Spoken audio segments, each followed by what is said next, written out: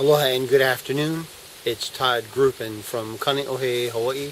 It is day 46 of the Big Idea Mastermind 90-day video challenge. And I'm going to need your strength to help me get through this one. This one is going to be difficult for me. I hope I can do it. I pray I can do it in one take. The reason I'm prefacing the video that way is because I want to tell you a story about why I do what I do, and it comes at a cost to me. It's difficult for me because it brings up memories that I don't want to forget, but I try to keep pressed or just sort of off to the side. It's there, but it's not there. This also is sort of an add-on to my video yesterday where I've created beliefs in my life, and these two beliefs were very, very limiting. The first belief was that I could lose my wife before I die. I was always under the impression that based on our age and based on the reports of the day, that the likelihood is that I would die before my wife did. Now please folks, don't get me wrong, my wife is still here amongst the living. There's a story that goes up to that.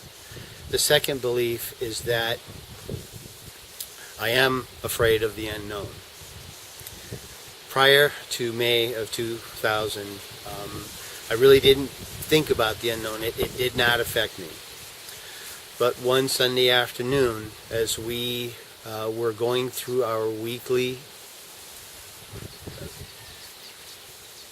weekend activities, which included our regular run to Costco and the subsequent food court dinner, my wife collapsed, and I didn't know CPR.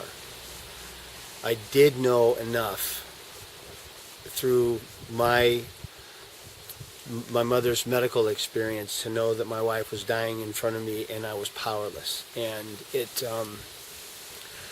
it was very difficult for me to want to be able to do something and know that there was nothing that I could do. The only saving grace on that Sunday afternoon was that the fire department, the fire rescue, was in eyesight of the Costco that we were at in Rancho Cordova, California, just outside Sacramento. And they were able to get to her within that crucial amount of time and start administering CPR and defibrillator treatment. It went on for a very long time. Because I had all four of my children with me, my first concern was to remove them from the area as quickly as possible and get emergency services on site. And everything worked out. Everything happened the way that it should have happened in an emergency, and I'm grateful for that. But that wasn't the whole. That's not the whole story. There was, when they were loading her up into the ambulance, they were still administering defibrillated shocks to her. Because she was not responding, and they had to do CPR until they reached the hospital, and well into the time that she was in the hospital. All told, my wife was shocked 9 different times before they were able to get her stabilized. Now, in all of this, I had shopping to put away. I had kids to get somewhere to be taken care of, and then get myself to the hospital without going completely insane. And the last thing I remember telling the fire captain was that I was going to take my kids home and I'd meet them at Kaiser in Sacramento. And I showed up at Kaiser and my wife wasn't there.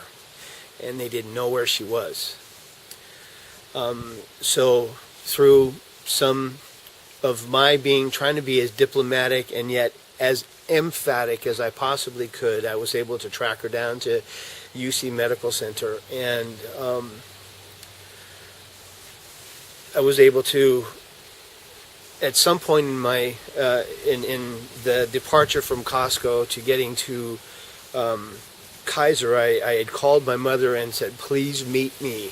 There's something horribly wrong with Ilona, and I need somebody to be there with me." And if it wasn't for her being there, I don't think I would have been able to make that drive to UC Medical Center. When I got to UC Medical Center, I was now in a state of heightened energy and panic, and I was greeted by somebody from the hospital. It wasn't a doctor, it wasn't a nurse, it was somebody from their welfare, health and welfare group. And she walked up to me and she put her hands on my shoulder and she said, "You must be having a bad day."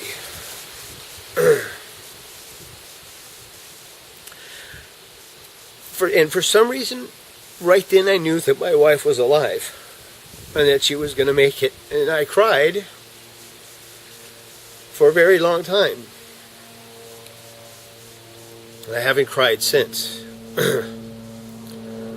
Not that way. I've teared up and I've gotten choked up, but I have not cried that anguishing, painful, heart-wrenching burst of tears and anguish since that day. I lost something that day. I lost the ability to be open. I lost the ability the drive that I had. My wife and I had a home-based business along with an MLM that we really, really loved and we are still a part of today. But after that day, I lost it. I couldn't speak. I couldn't ask. I couldn't sell. I couldn't do anything to save my life. And I found myself feeling comfortable working for somebody again. I had thought that I had lost that. But there was no surprise in working at a job every day. There was no surprise in knowing that I was going to get a paycheck every 2 weeks. It wasn't until I became involved with Big Idea Mastermind and Empower Network through, and I must say this in honor to my wife, some serious butt kicking on her part. That those things started to move away, and my inner strength and my ability to speak has awakened again. So, folks, first of all, thank you for letting me get this off my chest, because we've talked about doing this at every meeting, at every event that I've ever gone to. They says, you have to tell your story, you have to tell people why. And I've been avoiding it because it still hurts. The biggest thing that hurts about this is that had this happened 4 hours later on that Sunday, we would have been in bed, and I would not have known anything until I either woke up in the night or woke up in the morning and found my wife had passed. That part of the unknown I still carry with me today. My wife still has heart-related problems. She has an implant, an AICD implant, that monitors her heart rate and will administer, what do they call it? Administer, a shock to her, or it will act as a pacemaker, whichever is necessary.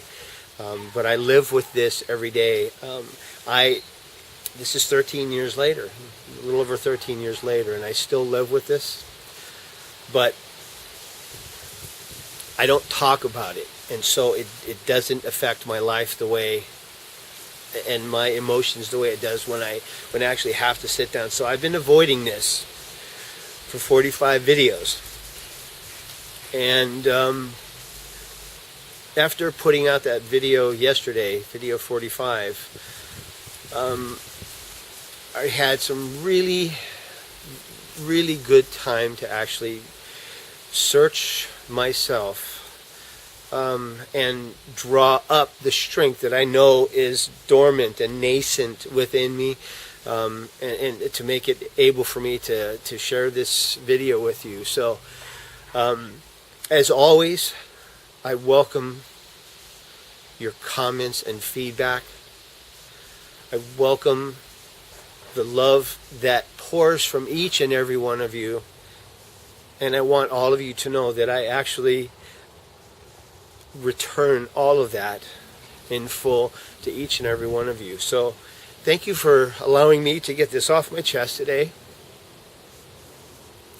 And I will see those of you that I can see in Denver in just a couple of days. I'm so excited to reach out and touch your hands or hug you or just make contact with you.